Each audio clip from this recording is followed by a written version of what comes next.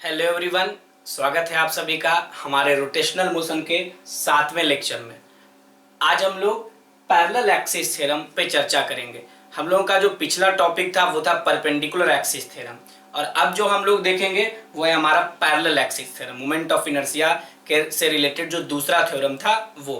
तो सभी लोग तैयार हो जाइए, कॉपी और कलम निकाल कर और पूरा कंसंट्रेशन बोर्ड पे रखकर, क्योंकि ये एक बहुत ही इंपॉर्टेंट टॉपिक है। इसके बाद जो क्वेश्चन का वीडियो आएगा उसमें परपेंडिकुलर एक्सिस थ्योरम और पैरेलल एक्सिस थ्योरम, अगर ये दोनों आपको अच्छे से यूज करने आएगा तभी आप क्वेश्चन को सही कर पाएंगे। देखिए, तो अब बात करेंगे जो पैरेलल एक्सिस थ्योरम हमारा आज का टॉपिक है उसका। तो देखिए, ध्यान से समझना है आपको, कंसंट्रेशन एकदम बोर्ड पे होना चाहिए, आपका सारा ध्यान यहीं पे केंद्रित होना चाहिए, नहीं तो थोड़ा सा भी बात मिस करेगा तो आप नहीं समझ पाएंगे। ठीक है, तो देखिए सिंपल से आप बात मानिए, कोई भी बॉडी हो, केवल प्लैनर बॉडी नहीं, 3 डायमेंशनल बॉडी हो, किसी भी प्रकार का बॉडी हो, तो आप इस थ्योरम को बेझिझक यूज कर सकते हैं। शर्त यह है कि आपको इसको समझना पड़ेगा, हाउ टू यूज, क्या है ये थ्योरम।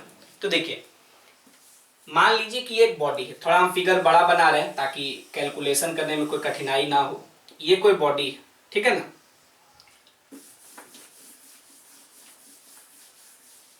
मान लीजिए कि देखिए ऐसा कोई एक बॉडी ले लिया, ठीक है, ये कोई रिजिड बॉडी है, ये आपका वाई एक्सिस है, ठीक है, ये आपका एक्स एक्सिस है। समझते होंगे आप इतने बात को। अब देखिए, ये जो है इस एक्सिस के अबाउट, ये जेड एक्सिस कहलाता है। इस एक्सिस के अबाउट आपको मोमेंट ऑफ इनर्शिया मान लीजिए पता करना है, जो कि आई है, यही हमको डिटरमाइन करना है। कौन सा थ्योरम यूज करेंगे? Parallel axis theorem. तो देखिए, ये एक रिजिड बॉडी है, चूंकि ये रिजिड बॉडी है, ध्यान दीजिएगा, ये कैसा बॉडी है आपका? Rigid body, continuous mass distribution है, पूरे बॉडी में मास है। तो हम लोग क्या कर सकते हैं यहाँ पे कि पूरे बॉडी का तो मूवमेंट ऑफ इनर्शिया एक साथ पता नहीं होगा, तो एक छोटा सा एलिमेंट लेंगे। हम मान लिए कि वो एलिमेंट आपका डीएम है, जो हम यहाँ पे ले चुके हैं, है ना। हमको इस एक्सिस के अबाउट मोमेंट ऑफ इनर्शिया पता करना है। ये छोटा सा मास एलिमेंट लिया, इस पे इसका कोऑर्डिनेट मान लीजिए एक्स है, और क्या है? एक्स कोऑर्डिनेट एक्स, और वाई कोऑर्डिनेट क्या है? वाई। तो एक्स कोऑर्डिनेट एक्स है, तो ये एक्स हो गया, यही ना एक्स कहलाएगा, जानते होंगे आप, कोऑर्डिनेट में पढ़े होंगे। ये एक्स हो गया, और ये जो है ये वाला, ये दूरी क्या कहलाएगा? ये दूरी कहलाएगा आपका वाई, ठीक है ना, हो गया। अब देखिए, अब एक एक्सिस और है जो इसके सेंटर ऑफ मास से पास कर रहा है। मान लीजिए इसका सेंटर ऑफ मास का यहां पे है, ये सेंटर ऑफ मास है। What is this? This is centre of मास। ये आपका बॉडी का सेंटर ऑफ मास है। इसका कोऑर्डिनेट अगर हमको लिखना होगा तो लिखेंगे एक्स सी और वाई सी। तो सेंटर ऑफ मास का दूरी इस एक्सिस से कितना है? डी। कितना मान लिया हम इसको? डी। इसका एक्स कोऑर्डिनेट ध्यान दीजिएगा, इसका एक्स कोऑर्डिनेट हो गया एक्स सी, और वाई कोऑर्डिनेट क्या हो गया? वाई सी, ठीक है। अब देखिए, एक्स कोऑर्डिनेट एक्स सी है और वाई कोऑर्डिनेट वाई सी है, तो कहने का मतलब ये वाला दूरी ही वाई सी है, और ये वाला दूरी जो आप देख रहे हैं यहां से, ये वाला दूरी क्या है? एक्स सी। ये सेंटर ऑफ मास वाले एक्सिस के अबाउट लिखे हम, है ना। अब क्या है भाई कि अब यहां से यहां का दूरी बच गया, तो मान लीजिए कि ये जो दूरी आप देख रहे हैं, ये वाला दूरी एक्स डैश कह देते हैं, और इस वाले दूरी को, ये वाई है, इसको वाई सी कह दिए हैं, तो ये जो बच गया इसको हम वाई डैश कह देते हैं। तो फिगर को देख के एक बात आपका क्लियर होगा कि फ्रॉम फिगर आप एक चीज लिख सकते हैं। क्या लिख सकते हैं फिगर से? कि x is equal to x c plus x dash. ये जो x है, x इज इक्वल टू क्या लिख सकते हैं? X c plus x dash. और y इज इक्वल टू क्या लिख सकते हैं? Y c plus y dash. Y c plus y is equal to लिखेगा क्या? y बराबर वाई सी, ये है, ये वाला दूरी क्या है? वाई सी, और ये क्या है? Y dash. लिख दिए, ये आगे काम आएगा अभी आपको। अब देखिए, अब आपको इस एक्सिस के अबाउट मोमेंट ऑफ इनर्शिया पता करना है, तो I इज इक्वल टू आप क्या लिखिएगा? तो हम तो पहले डीएम मास के अबाउट, डीएम मास के लिए निकालेंगे। तो डीएम मास के लिए निकालेंगे तो क्या कहेंगे? डीएम यहां से यहां का दूरी है ना, ये वाला दूरी, ये दूरी क्या होगा? इस दूरी को हम अगर r मान लेते हैं, यहां से यहां का दूरी को हम क्या मान लेते हैं? r। तो क्या लिखेंगे? डीएम इंटू आर स्क्वायर, और इसका इंटीग्रेशन। अब देखिए, r तो लिख लिए यहां से यहां का दूरी, लेकिन आपको बताई भी थी इस r को कैसे लिख सकते हैं, परपेंडिकुलर एक्सिस थ्योरम में बता चुके हैं। ये जो r है, ये रूट अंडर एक्स स्क्वायर और प्लस वाई स्क्वायर के बराबर है। तो यहाँ पे r स्क्वायर है, तो आप उसको क्या लिख सकते हैं? X square plus y square, मतलब इसका स्क्वायर प्लस इसका स्क्वायर बराबर इसका स्क्वायर, पाइथागोरस थ्योरम। तो एक्स स्क्वायर प्लस क्या हो गया वाई स्क्वायर। अब जो हम लोग पढ़े हैं अभी, जो यूज किए हैं, ऊपर लिखे हैं रिलेशन फिगर से, एक्स बराबर आप क्या लिख सकते हैं बोलिए, एक्स बराबर आप लिख सकते हैं ना x c plus x dash का होल स्क्वायर, और वाई बराबर आप क्या लिख सकते हैं y c plus y dash का होल स्क्वायर। ये बात आप लिख दीजिए यहां से, है ना। अब देखिए, अब आप देखेंगे क्या है यहाँ पे, इसको अभी डीएम को अंदर ही रखते हैं, इसको बाहर निकालने की जरूरत नहीं है। अब इसको तोड़ना पड़ेगा ए प्लस बी के होल स्क्वायर के फॉर्मूला पे, ये हो गया डीएम। और अब आप इसको किस फॉर्मूला पे तोड़ेंगे, ए प्लस बी के होल स्क्वायर के फॉर्मूला पे। तो आप लिखिएगा I is equal to DM, अंदर हो गया। अब क्या लिखेंगे आप यहां से, इसको ब्रेक करिए, तो a square plus b square plus 2a और क्या b, और प्लस इसको ब्रेक करिए तो क्या लिखिएगा ए स्क्वायर, है ना, ए स्क्वायर प्लस बी स्क्वायर और प्लस 2a और क्या b। ये आप ब्रेक कर दिए, ए प्लस बी के होल स्क्वायर पे पूरे टर्म को ब्रेक कर दिए। अब देखिए, अब इसको रीअरेंज करना है, इक्वेशन यही रहेगा, अब इसको रीअरेंज करना है। तो रीअरेंज जो करेंगे ना, इंटीग्रेट भी करते चलेंगे और रीअरेंज भी करेंगे। एक्स सी स्क्वायर और plus y c square, x dash square plus y dash square, ये सबको एक जगह करेंगे। देखिए, तो सबसे पहले आप लिखिएगा, इसीलिए आई इज इक्वल टू आप क्या लिख सकते हैं, डीएम को डीएम रख दीजिए यहाँ पे, और एक टर्म बनाइए जिसमें आप क्या लिखिएगा, एक टर्म बनाइए जिसमें आप लिखिएगा एक्स एक्स सी स्क्वायर और प्लस वाई सी स्क्वायर, है ना। डीएम तो सबके साथ मल्टीप्लाई होगा, तो x c square plus y square. एक और बनाते हैं, integration of DM x dash square और plus y dash square, x dash square plus y dash square. और एक टर्म और बनाते हैं, अभी दो टर्म और बनेगा। क्या बनेगा, एक दो टर्म हमारा, वो 2 वाला टर्म है। तो लिखिएगा आप यहां से 2 इंटू एक्स सी, 2 इंटू एक्स सी बाहर निकल गया, और डीएम और इंटू क्या डीएम इंटू एक्स डैश, और प्लस 2 इंटू वाई सी और डीएम इंटू वाई डैश, है ना। ये आप लिख दिए। अब देखिए, ये सब जो टर्म लिखा गया सबका अपना अपना मीनिंग है। सबसे पहले इस दोनों टर्म के बारे में बताते हैं। ये दोनों टर्म का इंपॉर्टेंस ये है कि ये दोनों टर्म का वैल्यू 0 होगा। कहिएगा क्यों 0 होगा इस दोनों टर्म का वैल्यू भाई, तो ये जो है ना, ये मास मोमेंट बताता है। तो एक्स डैश कहां से दूरी है, सेंटर ऑफ मास से इस मास एलिमेंट का दूरी एक्स कोऑर्डिनेट एक्स डैश है, वाई कोऑर्डिनेट वाई डैश, देख रहे हैं ना। तो रूल है कि सेंटर ऑफ मास के अबाउट बॉडी बैलेंस रहता है, यानी सेंटर ऑफ मास एक ऐसा पॉइंट है जहां पर बॉडी के सारे मास का जो समेशन होता है ना, सारे मास मोमेंट का जो समेशन होता है वो 0 होता है। अब आप कहिएगा मास मोमेंट क्या होता है, तो देखिए, मास मोमेंट को जेड से लिखते हैं, सेंटर ऑफ मास में पढ़ना है, डीएम जो मास है वो, और इनटू मास, और मास से जो होता है सेंटर ऑफ मास का दूरी। मास से अगर दिए गए मास से सेंटर ऑफ मास का दूरी x है ना, तो सेंटर ऑफ मास के अबाउट ये मास मोमेंट का वैल्यू क्या हो जाएगा, 0 हो जाएगा। यानी सेंटर ऑफ मास, रूल है कि summation of dm into r 0 होना चाहिए, किसके अबाउट, सेंटर ऑफ मास के अबाउट। तो देखिए, ये सेंटर ऑफ मास है, तो सेंटर ऑफ मास के अबाउट मास मोमेंट का समेशन क्या होना चाहिए, 0। तो ये वाला टर्म और ये वाला टर्म 0 हो जाएगा। तो ये दोनों टर्म जब 0 हो जाएगा भाई, तो बचेगा अब यही और यही बचेगा। तो देखिए, डीएम और x c square plus y c square किस चीज को बता रहा है, एक्स सी क्या है, ये है ना, और वाई सी क्या है, ये। तो आप इसको क्या लिख सकते हैं, डीएम का इंटीग्रेशन हो गया m, और एक्स सी स्क्वायर और प्लस वाई सी स्क्वायर किसके बराबर है, डी स्क्वायर के बराबर है। तो आप क्या लिख दीजिएगा, डी स्क्वायर, है ना, ये वाला निकल के आ गया डी स्क्वायर, और प्लस ये जो आप लिख रहे हैं dm x square plus x dash square plus y dash square, उसका क्या मतलब है। तो देखिए, सेंटर ऑफ मास को अगर हम एक्सिस मान लेते हैं, है ना, तो सेंटर ऑफ मास को एक्सिस मानते हैं, यहां से इसके अबाउट एक एक्सिस पास कर रहा है। देखिए, तो सेंटर ऑफ मास से जो है, सेंटर ऑफ मास से इसका जो दूरी हो गया वो क्या हो गया, एक्स कोऑर्डिनेट एक्स डैश हो गया और वाई कोऑर्डिनेट वाई डैश हो गया। तो कह सकते हैं ना कि इस मास के लिए सेंटर ऑफ मास अगर एक एक्सिस है, तो उसके अबाउट मोमेंट ऑफ इनर्शिया अगर आई सेंटर ऑफ मास है तो ये वही टर्म को रिप्रेजेंट कर रहा है। अब आप कहिएगा कैसे? तो सिंपल मानिए ना कि ये इस एक्सिस के अबाउट छोड़िए, बाकी सब भूल जाइए आप। इस एक्सिस के अबाउट आपको मोमेंट ऑफ इनर्शिया पता करना है इस मास का, तो आप क्या करिएगा? आप कहिएगा ना भाई डीएम, कहिएगा ना डीएम, और इसके बीच का दूरी, इसके बीच का दूरी को आप कुछ भी मान लेते हैं, जेड मान लेते हैं या कुछ भी मान लेते हैं, तो ये दूरी क्या होगा? X dash square plus y dash square होगा ना। Root under x dash square plus y dash square, उसका स्क्वायर करना होता है, तो ये वही टर्म को बता रहा है। यानी ये जो एक्सिस है, ये पार्टिकुलर एक खास एक्सिस है, वो सेंटर ऑफ मास वाला एक्सिस है। यानी सेंटर ऑफ मास के एक्सिस के अबाउट जो मोमेंट ऑफ इनर्शिया है वो। तो यही जो एक्सप्रेशन आ गया, ये एक्सप्रेशन किसके लिए है? पैरेलल एक्सिस थ्योरम के लिए। ये बहुत ही इंपॉर्टेंट है। अब आप कहिएगा ये क्या क्या हो गया भाई? तो देखिए, m पूरे बॉडी का मास है, ये तो एलिमेंट लेके बनाए, इंटीग्रेट किए तो पूरे बॉडी का मास आ गया। और d क्या है? d आपका दूरी है कहां से?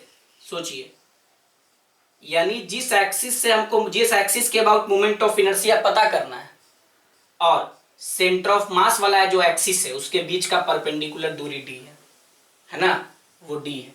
और आई सेंटर ऑफ मास क्या है? सेंटर ऑफ मास वाले एक्सिस के अबाउट मोमेंट ऑफ इनर्शिया। यानी इसका कहना है कि किसी भी एक्सिस के अबाउट अगर मोमेंट ऑफ इनर्शिया पता करना हो, और वो अगर सेंटर ऑफ मास के पैरेलल है, वो अगर सेंटर ऑफ मास के क्या है? पैरेलल है, तो कैसे पता करेंगे? तो सेंटर ऑफ मास के अबाउट मोमेंट ऑफ इनर्शिया और प्लस दोनों एक्सिस के बीच का जो, दोनों एक्सिस जो पैरेलल है, पैरेलल होना चाहिए, ये एक्सिस और ये एक्सिस पैरेलल होना चाहिए। तो एक एक्सिस ये और दूसरा एक्सिस ये, एक एक्सिस सेंटर ऑफ मास से पास करना जरूरी है। जब तक सेंटर ऑफ मास से जो एक्सिस पास कर रहा है उसका मोमेंट ऑफ इनर्शिया पता नहीं होगा, तब तक हम लोग पैरेलल एक्सिस थ्योरम यूज नहीं कर सकते हैं। तो देखिए, कुछ कुछ इंपॉर्टेंट बात आपको याद रखना है। जैसे यहाँ पे d है, d क्या है? d जो है आपका परपेंडिकुलर डिस्टेंस है। d क्या है आपका? Perpendicular distance between the two parallel axis.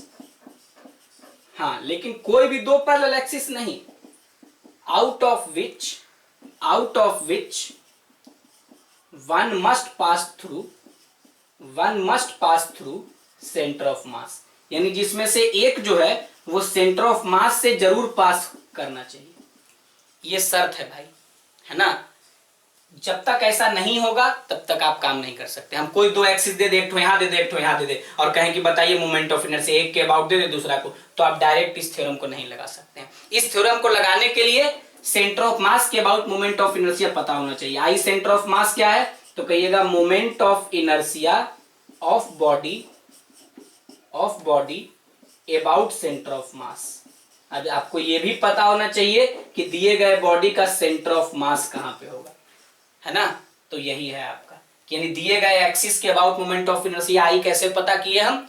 तो इसके पैरेलल में सेंटर ऑफ मास के पैरेलल ये एक्सिस होना चाहिए। सबसे पहला शर्त कि सेंटर ऑफ मास के पैरेलल ये एक्सिस, अगर सेंटर ऑफ मास का एक्सिस ये है तो इसके पैरेलल ये एक्सिस होना चाहिए, तभी पता हो सकता है ना। यानी जो दो एक्सिस हमारे पास है चुना हुआ, एक ये और एक ये, एक तो सेंटर ऑफ मास से फिक्स है, दूसरा कोई भी एक्सिस है वो सेंटर ऑफ मास के पैरेलल होगा, तभी हम इसका यूज कर सकते हैं, अन्यथा नहीं कर सकते हैं। और किसी भी तरह के बॉडी के लिए वैलिड होगा, प्लेनर हो, है ना, 3 डायमेंशनल हो, सब में लगा सकते हैं। तो एक बार इसको नोट करिए। ये अभी तो इक्वेशन डिराइव किए हैं, अभी इसके अबाउट जो जो इंपॉर्टेंट पॉइंट है इसका इलस्ट्रेशन करके दिखाएंगे तो ये कॉन्सेप्ट और क्लियर होगा। एक बार नोट करिए इसको।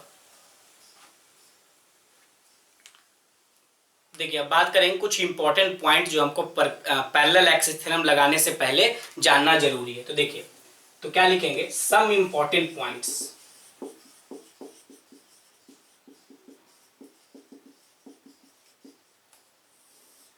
ठीक है, देखिए तो क्या है कुछ इंपॉर्टेंट पॉइंट।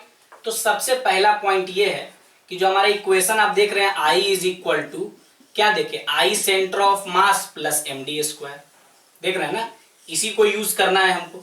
तो सबसे पहला इंपॉर्टेंट पॉइंट ये है कि हिंदी में लिख दे रहे हैं कि एक एक्सिस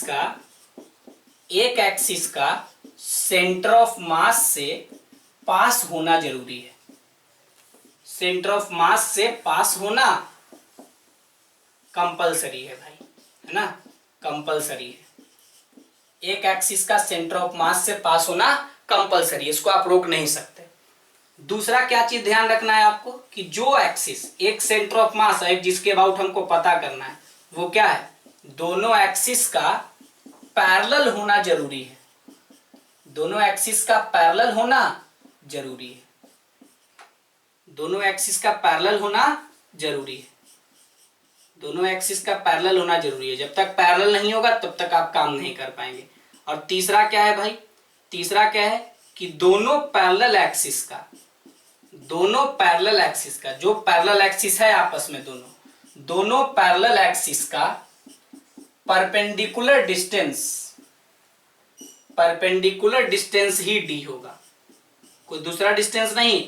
जो डी है वो परपेंडिकुलर डिस्टेंस होगा, ये आपको ध्यान रखना है। और उसके अलावे this theorem is valid, this theorem is valid, ये जो थ्योरम है आपका, this theorem is valid for both, ये थ्योरम दोनों के लिए वैलिड है। क्या? For both planar and three dimensional body. Planar body के लिए भी वैलिड है और किसके लिए वैलिड है, थ्री डायमेंशनल बॉडी के लिए भी वैलिड है। दोनों के लिए ये वैलिड। तो चार रूल आपको ध्यान रखना है। अब आप कहिएगा कि इतना सारा चीज बता दिए, इसको अप्लाई कैसे करेंगे? तो जब तक क्वेश्चन नहीं करेंगे मजा नहीं आता है। तो देखिए, जो आप पढ़ चुके हैं उसी को हम प्रूफ करके दिखाते हैं। जैसे आप एग्जाम्पल लीजिए एक रॉड का, थिन रॉड का, जो आप पढ़े भी हैं, तो शुरू में ही पढ़ लिए थे। थिन रॉड, मास m है और लेंथ l है। मास m और लेंथ क्या है, l। तो थिन रॉड जो आप देख रहे हैं भाई, ये आप देख लीजिए यहां से,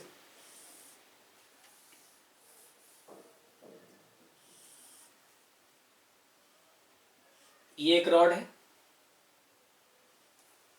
और आप जानते हैं कि रॉड में अगर ये बीच से पास करता है, यानी सेंटर ऑफ मास से, आपको याद होगा बीचों बीच से पास करेगा, यानी ये सेंटर ऑफ मास का एक्सिस है। इसके अबाउट मोमेंट ऑफ इनर्शिया आप जानते हैं ml स्क्वायर बाई क्या होता है, 12। बीच से पास करता है तो क्या होता है, ml स्क्वायर बाई 12। आप जान रहे हैं, इसमें कोई आपको डाउट नहीं होना चाहिए। तो ये जो ml स्क्वायर बटा 12 आप देख रहे हैं, अगर आप इस एक्सिस के अबाउट आपसे मोमेंट ऑफ इनर्शिया पूछा जाएगा, इसके एंड से पास करेगा, है ना, और आपको पता है कि ये वाला सेंटर ऑफ मास है तो ये दूरी l/2 होगा, ये भी दूरी l/2 होगा। अब देखिए, अब कहेगा इसके अबाउट, तो आप जानते हैं ना इसके about moment of inertia ml square बटा 3 होता है। प्रूफ भी कर चुके हैं आप। अब इसको पैरेलल एक्सिस थ्योरम से प्रूफ करना है। तो देखिए बड़ा सिंपल है। अभी हम आपको इसका प्रैक्टिकल इलिस्ट्रेशन करके दिखाते हैं। देखिए क्या है प्रैक्टिकल इलिस्ट्रेशन। जैसे ये मान लीजिए, ये जो एक्सिस है ये सेंटर ऑफ मास से पास कर रहा है, आप जानते हैं ये सेंटर ऑफ मास वाला एक्सिस है। और एक एक्सिस जो इसके एंड से पास कर रहा है, ये कोई एरो गैरो एक्सिस नहीं है, ये सेंटर ऑफ मास वाला एक्सिस है। देखिए कि ये एक्सिस है भाई, ये एक्सिस। अब देखिए, एक हम पहला कंडीशन को पूरा करेंगे कि एक एक्सिस को सेंटर ऑफ मास से होना कंपलसरी है। कर रहा है एक एक्सिस सेंटर ऑफ मास से, कंपलसरी है, कंडीशन पूरा कर दिए। दूसरा, दोनों एक्सिस का पैरेलल होना जरूरी है। तो हमको इसके अबाउट मोमेंट ऑफ इनर्शिया पता करना है, तो ये दोनों पैरेलल है, ये भी जरूरी है। ठीक है, दोनों पैरेलल एक्सिस का परपेंडिकुलर डिस्टेंस d होना चाहिए, है ना। तो परपेंडिकुलर डिस्टेंस से d होना चाहिए। तो ये दोनों के बीच का परपेंडिकुलर डिस्टेंस क्या होगा, l/2, यानी d बराबर क्या है, l/2। तो आप इस एक्सिस के अबाउट मोमेंट ऑफ इनर्शिया पता कर सकते हैं, है ना। तो देखिए करेंगे क्या, सिंपल है। इस एक्सिस के अबाउट मोमेंट ऑफ इनर्शिया हमको पता करना है, ये I है मान लीजिए, यही हमको निकालना है। तो I इज इक्वल टू क्या लिख दीजिएगा, लिखेगा ना I सेंटर ऑफ मास और प्लस md स्क्वायर। तो ये पता है भाई, ये तो पता है ना, पहले भी आप पढ़ चुके, बस जो पता है उसी को प्रूफ कर रहे हैं। इसके अबाउट भी हमको पता है, लेकिन सेंटर ऑफ मास के अबाउट भी पता है, इसके अबाउट भी पता है, लेकिन इसको हम लोग पैरेलल एक्सिस थ्योरम के मदद से निकालेंगे कि ml स्क्वायर बटा 3 होता है। तो देखिए ये जो है आपका, इसके अबाउट क्या है पता है हमको, ml स्क्वायर बाई 12 और प्लस m, दोनों के बीच का परपेंडिकुलर दूरी क्या है, l/2, इसका होल स्क्वायर। तो क्या हो गया, ml स्क्वायर बाई 12 और plus ml square by 4, plus ml square by क्या हो गया, 4 हो गया। तो यहां से आप लिखिएगा ना, इसका एलसीएम हो गया 12 हो गया, तो क्या बचेगा, ml स्क्वायर और प्लस क्या 3 ml स्क्वायर, तो 4 ml स्क्वायर बाई 12। तो क्या लिख दीजिएगा आप यहां से, ml square by 3, ml square बटा क्या लिख दीजिएगा 3, है ना। देखिए आ गया ना, इसके अबाउट ml स्क्वायर बटा 3, इसके अबाउट पहले भी कर चुके हैं हम।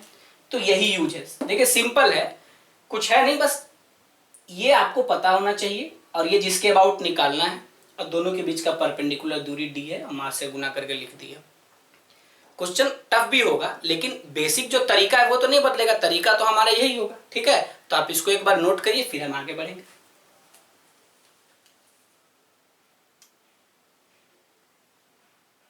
देखिए अब अगला एग्जांपल आप कर सकते हैं रिंग का।